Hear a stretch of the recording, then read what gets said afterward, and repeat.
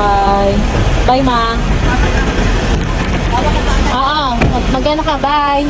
Hello mga kabebe! Magandang araw po sa inyo. By the way, ako nga po pala si Neil. At ngayon nga po ay September 7. At bukas na madaling araw ng mga alas 3, ako po ay babiyahin na papuntang Manila Airport. At ngayon po nga ay September 7, kami po ay nagdi-dinner ng mother ko kasama ng pamangkin ko. At ito na nga yung huling dinner ko ngayon dito sa Pilipinas. Hindi ko alam kung kailan na naman mauulit na makakasama ko silang kumain. At ito nga po ay gumising na nga po ako ng alas 3 ng madaling araw para nga po mag-prepare na. Actually, alauna pa lang gising na ako, nagpe-prepare na ako niyan. At ang mother ko nga po, ang nabungaran ko, madalas, yan yung nakasanayan niyang tulugan, yung sala na yan, yung upuan dyan. At ito nga po, nakakalungkot na unti-unti na ilang oras na lang, maghihiwalay na naman kami ng nanay ko.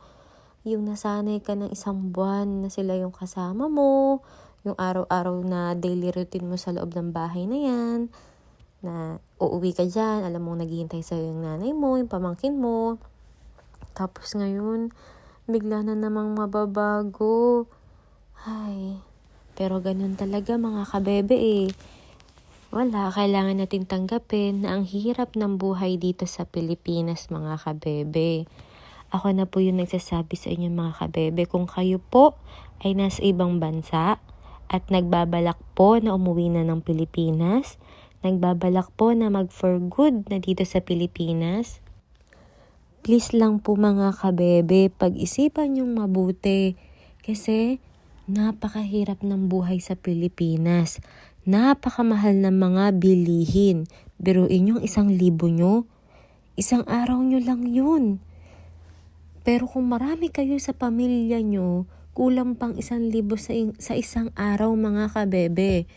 Kaya ako na ang nagsasabi sa inyo, please lang, kung uuwi kayo ng Pilipinas, siguraduhin nyo meron kayong sariling bahay at lupa at siguraduhin nyo na meron kayong stable na negosyo. Negosyo mga kabebe at hindi lang 1, 2, 3, kundi maraming negosyo para talaga hindi nyo na kailangan pang bumalik sa ibang bansa para magtrabaho ulit. Kasi po mga kabebe dito, kung wala ka talagang pera, wala din talaga eh. At saka dito kailangan maano ka rin dumiskarte kasi Diyos ko, ang bigas, 50 pesos mga be. Hindi pa masarap yun. Dati nung umalis ako, nung kumain ako sa Jollibee, 75 pesos lang yung set. Ngayon, Diyos ko, ang isang set, magto-200 na. Oh, mga kabebe, kaya ako na nagsasabi sa inyo, wag na wag kayong kung hindi kayo sigurado sa buhay nyo pa dito sa Pilipinas. Kaya mga kabebe, nasasabi ko to kasi ako mismo, na-experience ko po yung buhay dito sa Pilipinas. Dati ang sabi ko, nung nasa farm po ako nagtatrabaho, sabi ko noon, gusto ko nang umuwi, ayoko na dito sa Japan, ayoko na mag-abroad. Pero ito nga, nung umuwi nga ako ng Pilipinas, grabe. Mapapasabi ka na lang na, gusto ko na ulit bumalik ng Japan para magtrabaho agad. Dahil sa sobrang mahal ng bilihin dito sa sa Pilipinas, sorry. Oo, mahal din ang bilihin sa Japan. Pero worth it naman yung kinikita mo na yen. Pero yung yen, ipapapalit mo sa peso, maiiyak ka na lang. Kasi ang palitan ng isang lapad ngayon ay 37 na lang. Kumbaga yung isang lapad, 37 peso na lang ang palitan. So saan ka dun mga kabebe, 'di ba? Napakahirap ng buhay. Kaya kung uuwi kayo, please, pag-isipan nyo, okay lang yung magbakasyon ng 1 month o kahit ilang buwan nyo pa gusto. Basta alam nyo kayang yung budget nyo is kaya. Pero kung sasabihin nyo magpo-for good na kayo dito sa Pilipinas, utang na loob, wag. Wag na wag. Maawa ka sa sarili mo, sa pamilya mo. Yun lang. Lalo na kung nasanay ka nung kumikita ng malaki, tapos uuwi ka ng Pilipinas na wala ka namang kasiguraduhan, wala ka naman tsak na kita, negosyo, wala kang buwan-buwan na kita, araw-araw na kita. Dito sa Pilipinas, kailangan araw-araw meron kang kita. Kasi kung wala, wala rin talaga mga kabebe. Mauuwi lang sa pagsisisi yung pag-uwi mo ng Pilipinas, yung pag-for good mo dito. By the way, maraming salamat po pala dito kay Ate Sena. Siya nga po pala yung sinasabi ko sa inyo na dating amo ng nanay ko na tumulong din sa akin para makaalis, makapag-Japan. At eto nga siya pa talaga yung naghatid sa amin, pabalik ng Japan, ng free, walang bayad. Grabe, sobrang thankful po talaga ako. Kasi yan, namamroblema ako kung sino yung maghahatid sa akin. And ano naman talaga, God is always provide. Ayan nga po, hinatid pa ako with free pa talaga. So ayan na nga mga kabebe, unti-unti na ako naglalakad. Alam mo yung pa ako parang pinipigilan na wag, pero yung isip ko sinasabing go. Ganun talaga wala. At ayan na nga po, namili na rin ako ng mga pasalubong kasi meron pa akong tirang pera na peso. So kaya yan, binuhos ko na, binili ko na ng mga pampasalubong. Kasi since yan naman pag nasa loob ka na hindi na kinikilo yung bag. Kaya pwede ka na bumili ng kahit na ilang pasalubong pa yan. Basta kaya mong bitbitin at may pera ka, mabibili mo siya mga kabebe. So ito na nga, antok na antok ako kasi 1 hour lang yung tinulog ko niyan Kaya sobrang antok, ayan. At ito, syempre, hindi ka makatulog. Alam mo ba, ang hirap nung ayan gusto kong umiglip pero hindi ako makaiglip kasi iniisip ko baka maiwanan ako ng eroplano, mapasarap ako. Actually, nakaiglip nga talaga ako ng saglit. Naalimpungatan ako nang biglang nagtatawag ng Nagoya daw. Pila agad ako, yung pala yung pila na yun ay para pala yun sa mga senior citizen.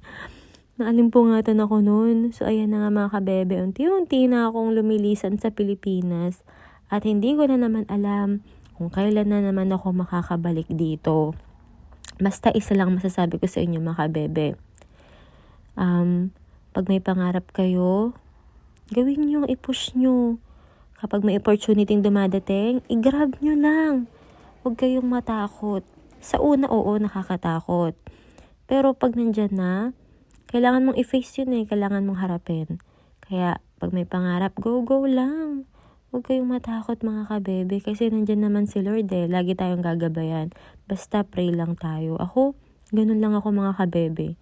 Lagi ko lang ipinagpipray sa taas, lahat ng desisyon, hakbanging ginagawa ko, pinagpipray ko muna yan. Na sana, Lord, huwag mo akong pabayaan sa pinili kong desisyon na to. At ayan na nga po, paalis ng eroplano mga kabebe. At ang akin pong bababaan ay sa Nagoya po. So, mas malapit-lapit po kami sa Nagoya compare sa Osaka. Kaya ayan na mga kabebe. Well, buti na lang nakikiayo ng panahon. Kasi actually, nung umalis ako niyan, tag-ulan. Malakas ang ulan. Pero ayun nga po, nung papunta kami ng airport, sa awa ng Diyos, walang ulan. Ginagabayan talaga ako ni Lord. At pagdating nga dito sa Japan, ang weather talaga ay maulan. And thanks God, walang ulan nung dumating ako. So blessed talagang ginaguide tayo ni Lord. Makarating lang tayo ng safe sa ating patutunguhan mga kabebe. So ayan na nga, nakakalungkot. Sobra nakakalungkot pero wala ganun talaga Kailangan nating harapin Ito na yung pinili nating buhay. Kaya kailangan nating i-face kung ano man tong buhay na pinili natin. Kailangan nating harapin ng buong puso. At syempre nandun yung pagtitiis Kailangan tiyaga, sipag lang ganun. Kasi alam naman natin bandang huli, lahat ng paghihirap na to ay aani rin na maganda. So, ang ganda talaga ayan na, nasa taas na ako. So, yan, pauntok-untok. Actually, naantok talaga, pero hindi ako makatulog talaga ng as in tulog. So, yun lang. At eto na nga, mga kabebe, nasa Nagoya na nga po tayo. Yan ang palatandaan ko na nasa Nagoya na tayo, yung malaking Perisur na yan.